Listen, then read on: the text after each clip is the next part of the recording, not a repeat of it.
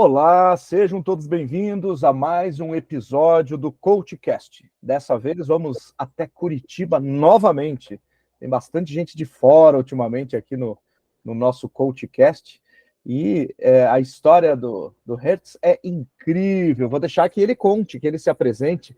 Antes de mais nada, Hertz, super obrigado por você vir aqui. Me perdoa se eu estou pronunciando seu nome errado. Você fala ele direito aí, porque é um nome muito especial, né? Então, por favor, nos conte. Não tem muito segredo no nome, não. É só lembrar de megahertz, Então, tá kilohertz, bom. né? Ótimo. Terahertz. Então, esse Boa. Então, Qual a origem do nome, Hertz? alemã, né? A origem é alemã e sem o T, ele parece aquela palavra em alemão, Herz, que também significa coração em alemão, né? Ah, legal. Então você Muito tem bom. essa variação aí. Excelente. E eu me preocupo com isso, né? Porque a gente pronunciar o nome do visitante errado é complicado, hein? Eu pego no pé dos meus alunos, cara. Outro dia eu fui num evento científico e aí a apresentadora lá é uma aluna, né? Estava começando, eu acho que era o primeiro evento científico dela, e ela vai falando do tal autor, assim. Ela passou meia hora apresentando e falando do Foucault. E era Foucault, e ela Foucault. Eu falei assim... Aí eu falei, olha, pelo menos o que eu aprendi de francês na minha vida, pelo menos me ajuda a falar nome de vinho e sobrenome de autor francês. Então eu nunca erro. E aí esse é um segredo, né? Então eu não sei falar, não sou fluente em francês, eu sou só proficiente. Eu sei ler em francês e sei pronunciar. E muitas vezes eu nem sei o que eu estou falando, tá? Então, mas a pronúncia eu sei pronunciar, então, para nome de vinho e para autor francês. E aí tem muita gente também, e aí os alunos sempre pegam, professor, estou falando certo, né? Porque sempre tem um autor francês, né? Para sentar, né?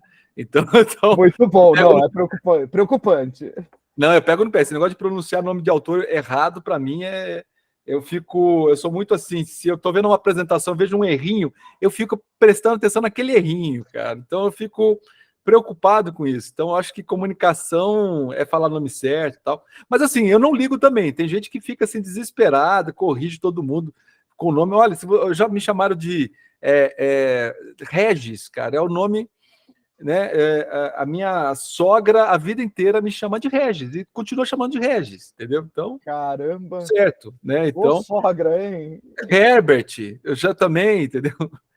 Alex, então assim, cara, se você falar Alex para mim, Alex Wendel, tá tudo certo, entendeu? Então, vai, né? Tá eu não fico pegando no pé de correção de nome, não. Não, muito bom. Mas então, aí você falou da minha história, cara. Até tô lembrando aqui como é que eu entrei na área da docência. Então é uma história bem, não vou falar cabulosa, mas é uma história assim de... eu trabalhava lá na região de Campinas, interior de São Paulo. Eu tinha minha agência de publicidade. Eu já tinha me formado já, né, em publicidade. Me formei na Universidade Metodista de Piracicaba. E assim, aos 22 anos, eu já tinha minha agência e eu estava lá com 20 e poucos anos. Eu tinha um cliente que era de uma rede de papelarias que tem ali na região no interior de São Paulo, e ele me chamou lá na sede dele, tal, para uma reunião. E aí, Sérgio, ele falou assim: Hertz, eu quero fazer isso aqui, ó. Aí eu falei: o que você quer fazer, homem? Aí ele vira a tela do computador, aquela telona que não era nem a plana, né? Aquela tela gigante, assim, com muito sacrifício, ele estava todo empolgado. Mostra na tela do computador e falou assim: Hertz, eu quero fazer isso aqui, uma homepage. Como assim homepage? Cara, é a primeira vez na minha vida que eu vi uma homepage. Era os primórdios da internet, a internet tinha acabado de chegar no Brasil, acho que não tinha nem 2 meses, e aí os empresários já queriam ter uma homepage, né? Então uma página. Claro, eu fui atrás. Cara, não tinha ninguém nesse mundo que sabia fazer HTML, que sabia linguagem, nada, design. Cara, fizemos aquela coisa que se você comparasse hoje para uma agência de publicidade muito tosca, claro, né? Isso foi em 94, 95. Ah, caramba. Então, cara, era muito primórdios, não tinha nem como, né? Não. E aí, nesse dia, eu entrei em crise, Sérgio. Eu cheguei na minha agência, eu tinha 14 funcionários, e eu olhei para minha agência assim, e eu fiquei em crise. Eu falei assim: esse negócio, esse trem aí, vai mudar o comportamento das pessoas. Vai mudar o comportamento, o jeito das pessoas lidarem com a realidade. Cara, eu já estava tendo assim, uma visão, assim, sabe? E aí, a visão que eu tinha eu tinha 20 e poucos anos, eu não tinha nem 30 anos, era empresário, tal, aquela coisa idealista, né? Vamos abrir uma agência de comunicação, tal. E aí, nesse momento, eu entrei em crise porque eu falei assim, o que eu vou... Eu me vi aos 40 anos, falei, o que eu vou fazer aos 40 anos? Aí eu falei assim, esse negócio, eu vou ter que fazer um curso de atualização toda semana. Eu tava não estou tão exagerado, não, tá? Então, eu vou ter que fazer um curso de especialização toda semana. Eu não vou combinar. Eu sendo com menos de 30 anos, eu falava assim: esse ambiente de agência de comunicação, de publicidade, é um ambiente para jovem. Eu nunca vi publicitário velho, naquela época, né? Hoje eu sou publicitário velho. Então, aí eu falei, caramba, o que eu vou estar vendo? Eu não vou ter energia. Cara, eu pensei até na minha aposentadoria, não vou ter energia para estar me atualizando, mudança do mundo, e eu vou estar no meio. O que eu vou fazer na minha vida aos 40 e poucos anos, quando eu estiver nesse campo? E assim, claro, por que eu falava que a agência de publicidade era um espaço para gente jovem? Cara, porque é tão estressante, é só sendo jovem para você aguentar, entendeu? Então, que eu imagino aos 40 e poucos anos, 50 anos, você se estressar naquele ambiente ali, não tem saúde, né? Então, e aí nisso, cara, parece que, sabe, coisa do destino, assim, tocou o telefone na minha mesa. Aí atendi o telefone, a secretária falou assim, Hertz, um cliente seu aqui quer falar com você. E aí eu atendi, era um cliente meu de um colégio, né, um colégio privado que tinha lá, que era nosso cliente, e esse colégio privado estava lançando o curso técnico de publicidade e propaganda. Aí ele falou assim, Hertz, eu não conheço nenhum publicitário, você não quer dar aula para mim? Aí eu falei assim, eu vou aí, deixa que eu vou tal hora eu vou aí conversar com você.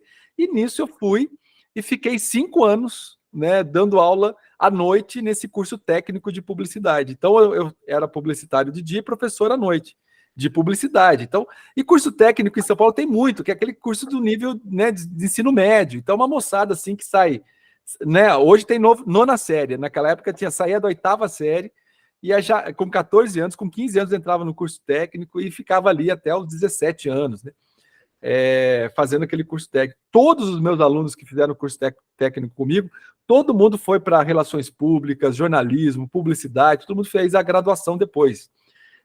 Então, assim, fiquei muito...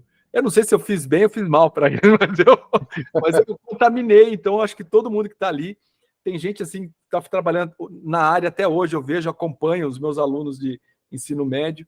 Então, fiquei 5 anos ali, foi quando falei, e agora? Que eu quero dar aula em faculdade, né? O que eu preciso fazer? Cara, e aí eu descobri que faculdade tinha plano de carreira. E eu falei, pensei, olha como era o meu pensamento. Hoje, não sei se está assim, porque está meio complicado o mercado hoje para docência nas universidades privadas, né? Mas naquela época, as universidades privadas, aí já era início do ano 2000, tá? 23 anos atrás, né? Então, assim, elas estavam, assim, pipocando nas cidades do interior, estava aparecendo muita faculdade privada, então tinha lugar para você dar aula, né? E um dia, né, dentro dessas questões aí, aí eu fui procurar saber como que era a carreira docente. Então eu tinha lá uma especialização, né? Então, beleza. E aí eu descobri assim que quando você é professor de universidade, quando você pega uma disciplina que é muito específica, a universidade contrata até quem é graduado. Por exemplo, vamos pegar aí uma área da engenharia, tem um cara que que sabe cálculo específico lá para materiais, etc. E aí não tem gente que tem especialização, não tem, né? Às vezes não encontra quem tem mestrado, doutorado. Aí vai o graduado. Então, assim, muito raramente as faculdades elas contratam um graduado, caso tenha uma disciplina que realmente não tenha ninguém para dar aquele conteúdo. Mas, assim, enfim, né? Mas como eu tinha especialização, você já ficava mais interessante para uma faculdade privada, né? Então, o especialista já pode dar aula em faculdade privada.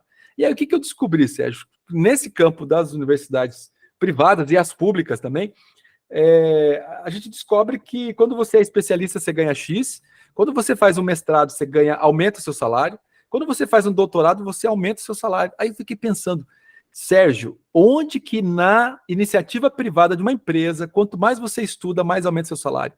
Cara, isso despertou um negócio em mim, assim, falei, esse é o plano de carreira que eu quero. E lembra daquela crise que eu tive, né? Existencial, eu com 40 anos, o que eu coloquei na cabeça? Falei assim, quando eu tiver 40 anos sendo professor, pesquisador, eu vou estar melhor que vinho. Eu vou estar mais inteligente. Então, qual é a carreira que aumenta o seu salário conforme você vai estudando, conforme você vai ficando mais inteligente, mais experiente, e aí você, né, você ganha por isso. Então, essa foi a minha motivação principal. Eu sei que tem o lado bonito, eu posso falar o lado bonito, nossa, quero formar as pessoas, ajudar as pessoas, né? Então, esse também, mas isso não era o primeiro plano. O primeiro plano era o plano de carreira mesmo. Eu falei, olha, eu quero ganhar X, eu conseguia visualizar, né, saber os salários que tinha. Aí você, quando entra para ser professor, você tem regime de, você pode ser horista, você pode ser T10, T20, T15, até T40, que é o máximo do teto, né, de horas aula por semana, né?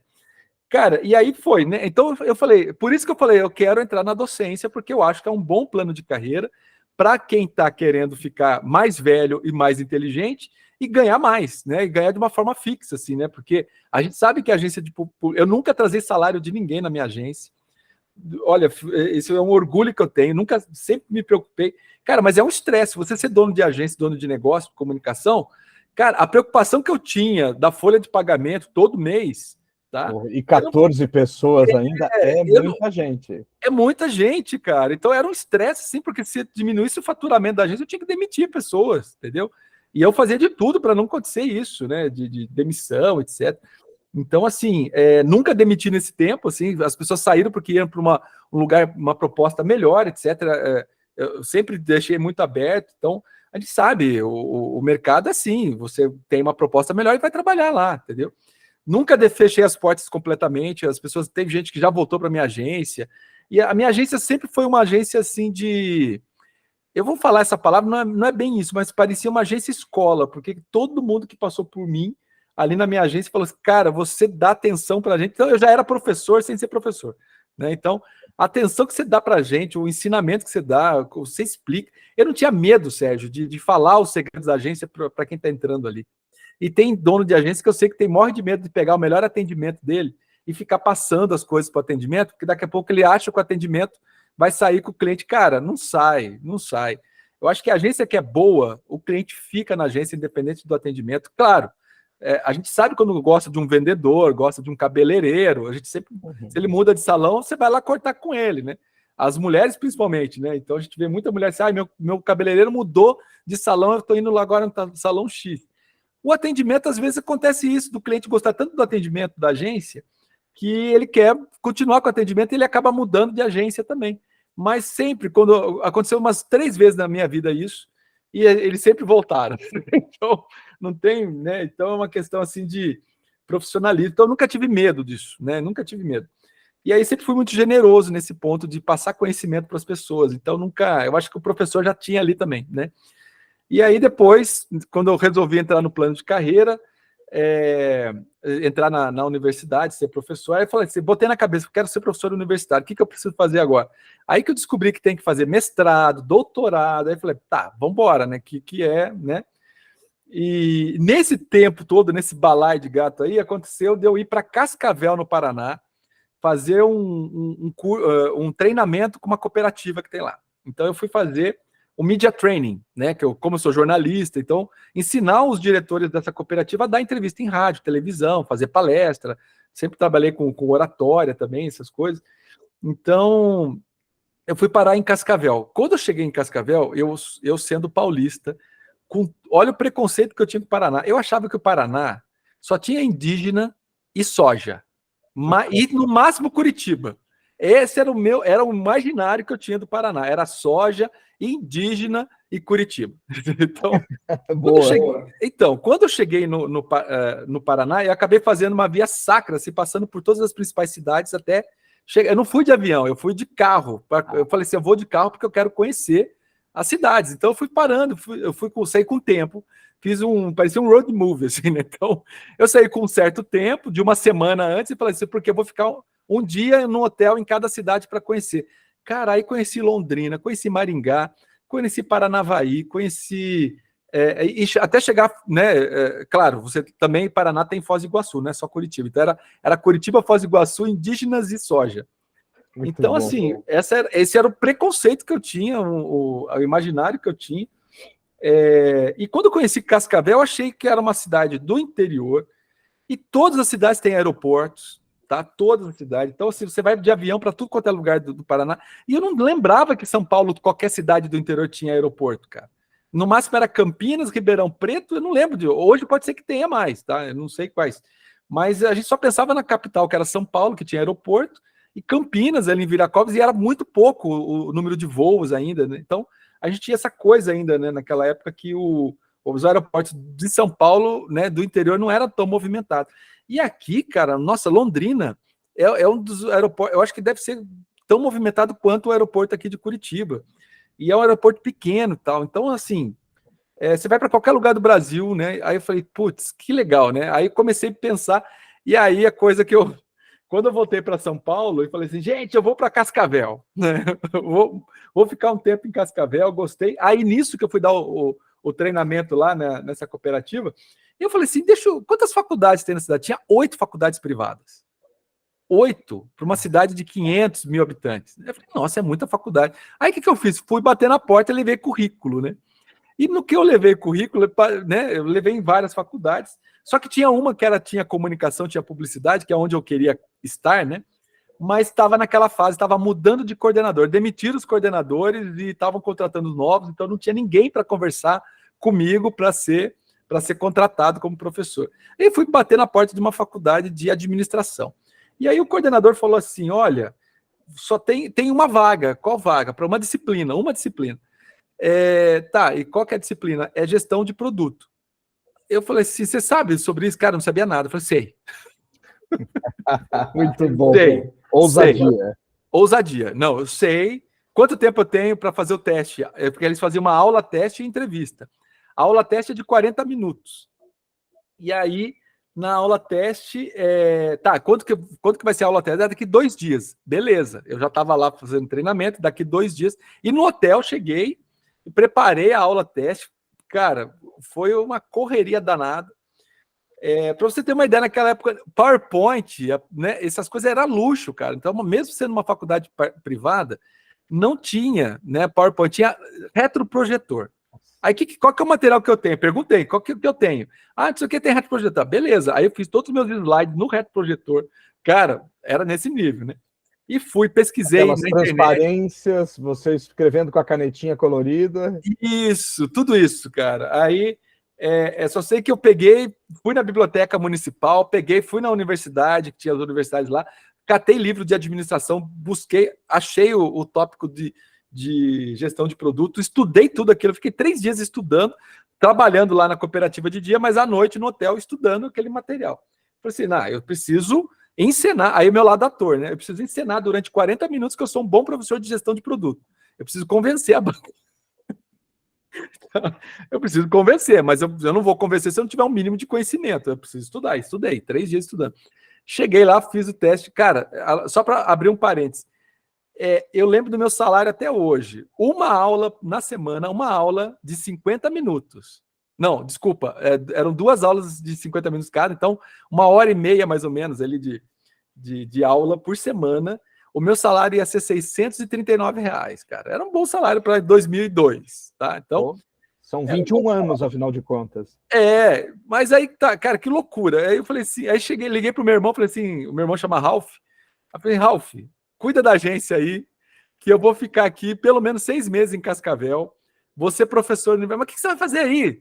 Eu falei, vou dar aula e vou ajudando vocês pela internet, à distância. Mas vou ficar 6 meses aqui, tenho como me manter aqui na cidade por 6 meses, porque o salário de R$600, mesmo em 2002, era muito pouco.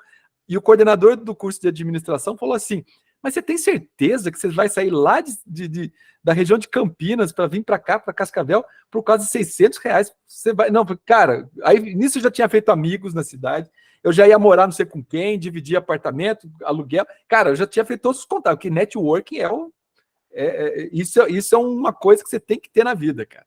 Networking, tá? E conhecer pessoas, né? Conhecer pessoas e que você estenda a mão para as pessoas e as pessoas um dia estendem a mão para você. É uma coisa natural que acontece, né? E você está de parabéns, eu vou só dar um parênteses aqui, você está de parabéns, porque assim, eu convidei você para a gente gravar e imediatamente você respondeu, me passou teu WhatsApp, a gente já agendou a data e está aqui hoje gravando. Muito obrigado.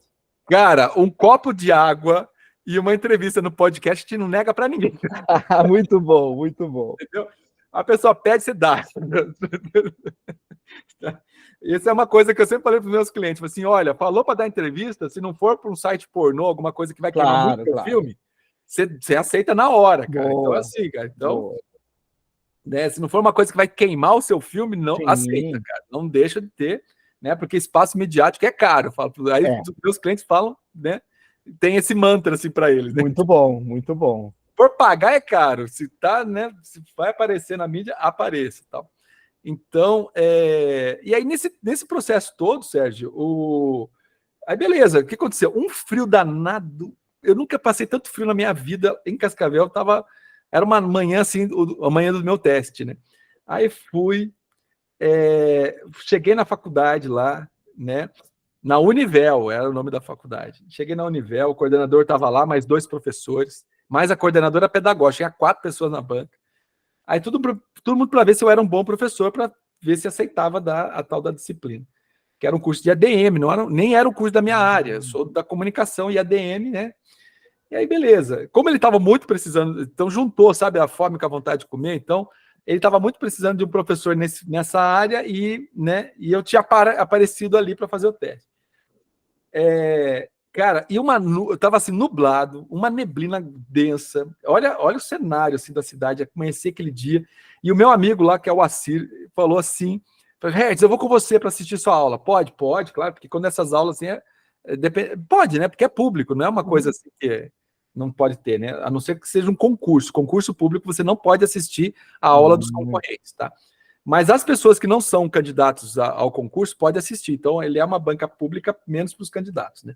E aí, você foi lá assistir e tal. E um frio, nublado, meio chuvoso, assim, cara, frio, né? Cheguei lá na sala e fui dar aula, 40 minutos, cara. Só que teve uma hora, cara. Aí fiz a aula, beleza, né? Aí sentei na frente deles e eles começaram a fazer perguntas, porque aí era entrevista. Então a aula tinha passado, aparentemente passei na aula. Mas aí chegava para fazer as perguntas, porque aí eles iam fazer as pegadinhas, né? Saber se eu sei mesmo da área de ADM, né? Aí começaram a fazer a pergunta, e uma pergunta mais complicada da outra, e não é da minha área. Aí eu falei, putz, cara, eu devia ter estudado mais isso. Sabe quando você responde meia boca, assim? Até que teve uma pergunta fatídica, que eu não sei o que era, até hoje não lembro dessa pergunta. Aí ela perguntou, e nisso, quando ela perguntou, atrás dos professores, ali tinha 4 cadeiras, eu sentado na frente, atrás dele tinha uma janela fechada com a persiana, assim, né? Aquela persiana vertical, bege, lembro desse detalhe.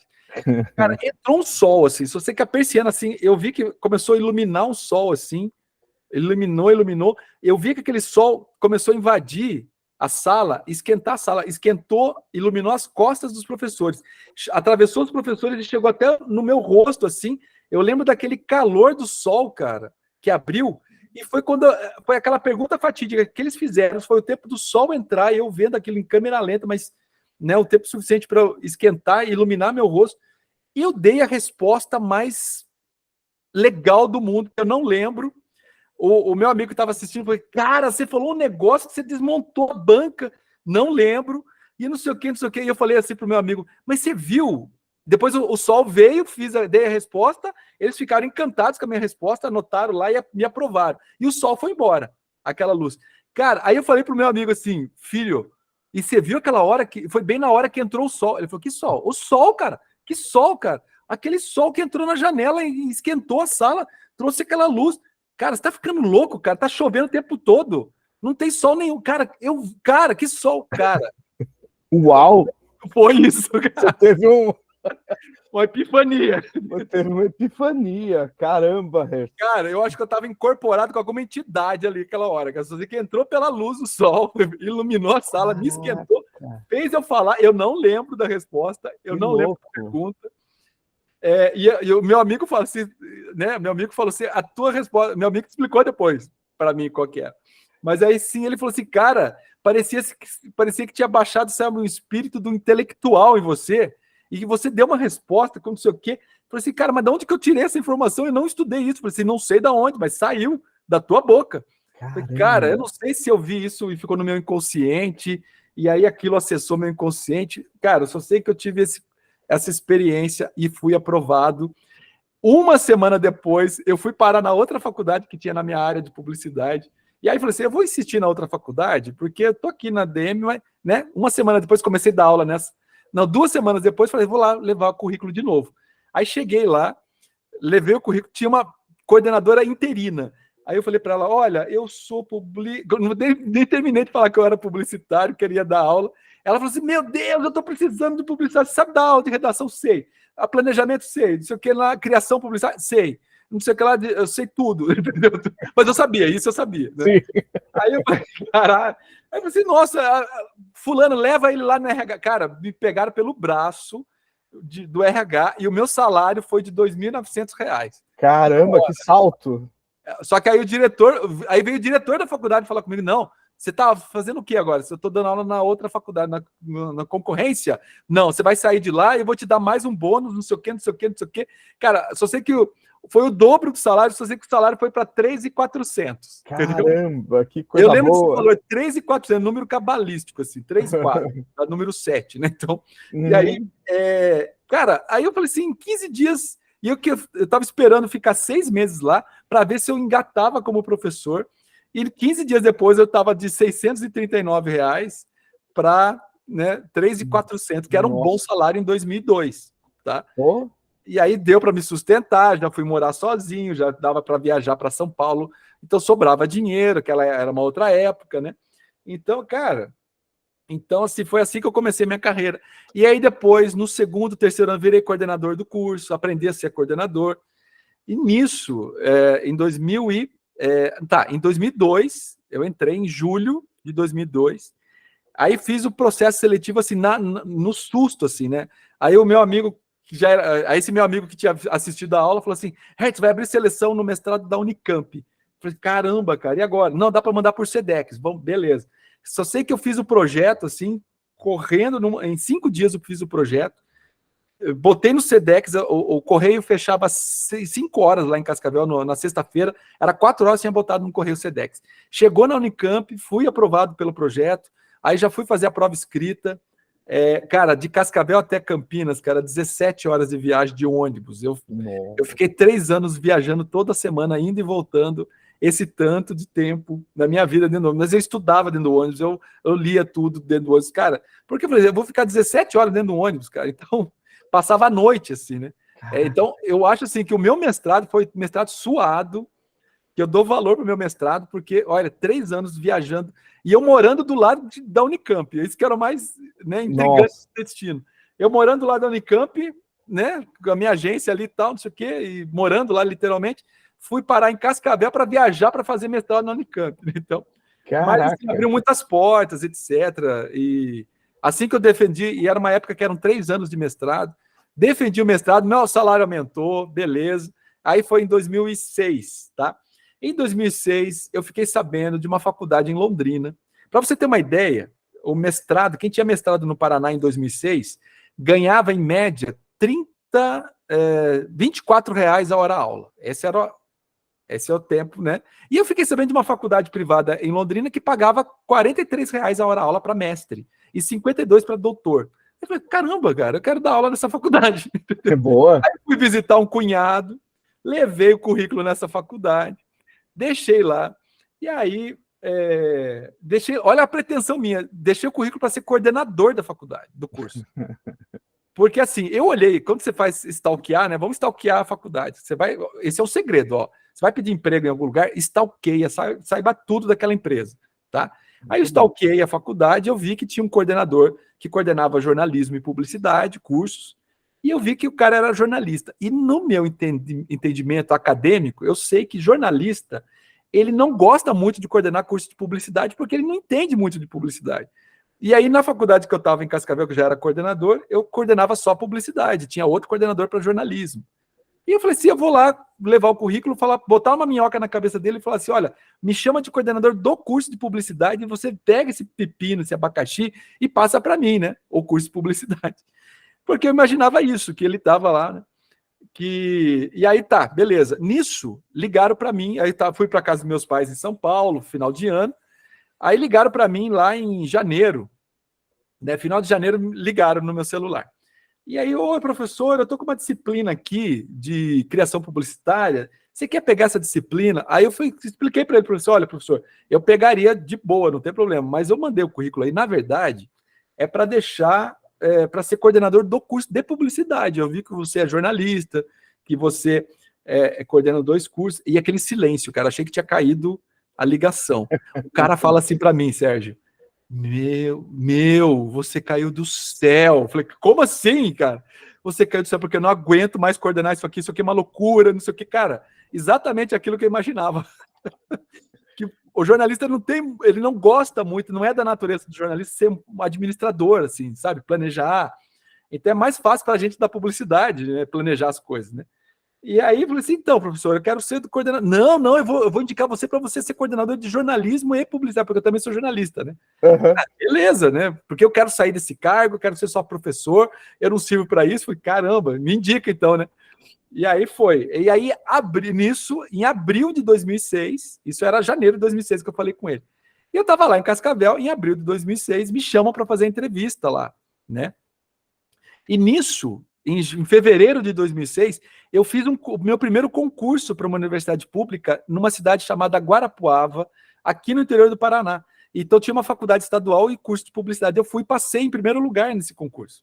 Eu fui o primeiro mestre para você. Olha, Sérgio, eu era de uma época que publicitário com mestrado era 2, 3, cara.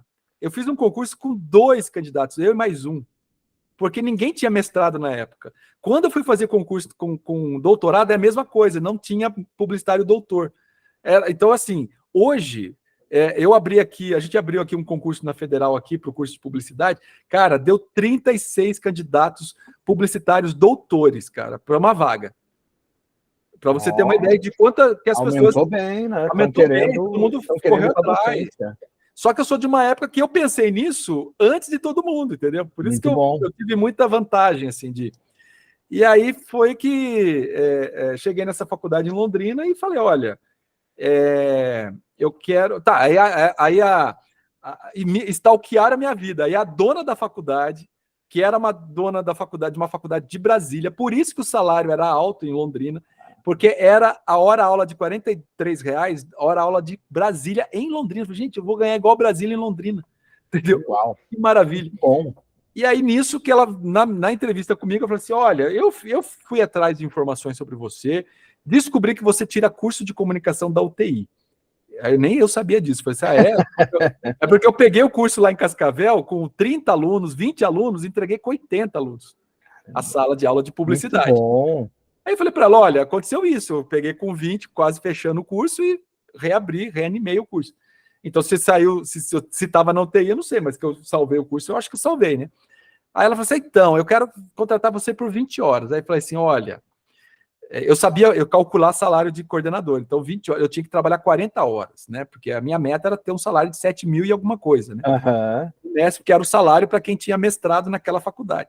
Aí eu falei, olha, não dá para trabalhar pelo mesmo valor que eu estou em Cascavel. E eu falei para ela, eu tinha uma carta na manga. Acabei de passar num concurso público. Eu largo o concurso público, venho trabalhar para a senhora aqui, mas por 40 horas semanais. Cara, aí ela olhou assim para o diretor, olhou para mim, falou assim, tá fechado. Apertou minha mão, aí eu falei, eu não estava esperando, cara.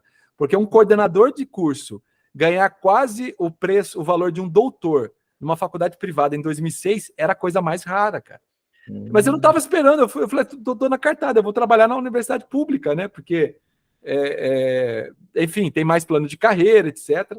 Mas eu não esperava ela aceitar, mas eu fui desse jeito, fui chegando. Falei, olha, se a senhora me quer, então, o valor, a hora-aula é isso, eu largo uma faculdade pública e uma faculdade particular para vir trabalhar para a senhora, exclusivamente. Aí a gente tira o seu curso da UTI. E tirei o curso da UTI, viu? Foi um sucesso. Olha então, aí. Só que você chegou também, então, é um cara de negócios, tá vendo? Sim. Só que assim, eu junto a pedagogia, eu aprendi a ser um coordenador pedagógico e também juntar a coisa de ser um executivo. Hoje, infelizmente, Sérgio, os coordenadores de curso, eles são só executivos, eles não têm nada da parte pedagógica do curso. E é essa parte pedagógica que é o tempero de um curso de comunicação no ensino superior, é onde você consegue fazer com que o aluno se encante. E hoje o dia a dia está tão corrido assim, ele é só um executivo, e ele não se preocupa com a formação. Então, assim, eu ainda me preocupo com a formação das pessoas. Então, essa preocupação veio pela minha experiência pedagógica. Que aí o pedagogo é um cara gestor de curso. É diferente. Então, isso eu aprendi porque tinha uma pedagoga que me auxiliou na primeira coordenação que eu fiz lá em Cascavel, cara, e ela me ensinou muito. Eu falei para ela, eu não sei ser coordenador de curso, me ensina. Cara, até hoje, é Mônica, lembro dela, super amiga minha até hoje, e ela me ensinou a ser coordenador, ela me ensinou toda a pedagogia da coisa, que é diferente de você ser só um gestor. Então, ser um gestor é uma coisa, agora você ser pedagogo, gestor, aí que tem o tempero de um curso. E a gente, na universidade pública, a gente tem como ser esses dois também. Hoje eu sou coordenador do curso de publicidade aqui da Federal. A gente, em 2 anos, o coordenador aqui, ele fica 2 anos no cargo. Pode renovar, porque tem votação, tem que ter, né, candidatura. Mas, assim, eu fiquei 2 anos, agora vai vir outro colega ficar no lugar de 2 anos. Cara, eu peguei, olha, sabe, essas coisas acontecem com a gente mesmo. Eu caí na mão, na coordenação, reconhecimento de curso. Reconhecimento de curso da universidade pública, e o MEC, ele judia da gente mais, porque parece que pode, né, apertar a porta. Eu já tinha passado por 2 reconhecimentos em faculdade privada, então eu já sabia, tinha experiência. Agora, na pública, foi a primeira vez, né? Cara, eu encarei o MEC, e eu vou falar para você, dos cursos de comunicação aqui, nós somos o único, são 3 cursos. Os nossos colegas estão lutando, evidentemente, para reverter a nota do MEC, mas eu fui o único curso que tirou nota 5, nota máxima do MEC. Caraca, os demais cursos tiraram nota 4, e entraram com recurso, e o recurso demora um certo tempo para rever algumas notas, mas o meu não, o meu já tirou nota 5 de cara. Que legal, parabéns. Porque foi trabalho assim, meu e da equipe dos professores. Sim. Mas você precisa ter alguém que saiba da coisa e vai falando, ó, tem que fazer isso, fazer aquilo, deixar tudo pronto para o MEC. Então você tem que ter essa questão de gestão, né? E depois, assim, e hoje eu também sou avaliador do Estado do Paraná, sou avaliador de curso de comunicação. Então já avaliei 3 cursos. Que então você vai também. E aí você fica ao contrário, cara, o pessoal morre de medo da gente que é avaliador, trata super bem, adoro. Fazem a parte deles. A coisa mais legal de ser avaliador, você chega para olhar a biblioteca da faculdade, tá cheio, tem uma carreira inteira de livro seu lá. Então, não, olha. Por quê? Eu falei, essa é uma técnica. Quando eu sei que o avaliador vem avaliar o meu curso, eu já ligava para a bibliotecária das faculdades e falei assim, gente, o avaliador tem esses livros aqui, então dá um jeito e compra agora, entendeu? Coloca agora, coloca na prateleira, porque vai ser parte da nossa bibliografia agora. Que legal, e aí você cara, é estratégia. O ego das pessoas é incrível. Mas olha só, Hertz, a gente já passou um pouco do tempo, mas eu quero fazer um convite para você. Eu quero que você volte aqui, que nós temos muito mais coisa para falar aqui no CoachCast. Sérgio, eu volto com o maior prazer, porque essa etapa agora, eu cheguei no ponto alto da minha carreira. Boa! Então, hoje eu vou fazer pós-doutorado, etc. Mas tem mais história para contar. Depois eu quero ouvir. Eu essas adoro mudanças história.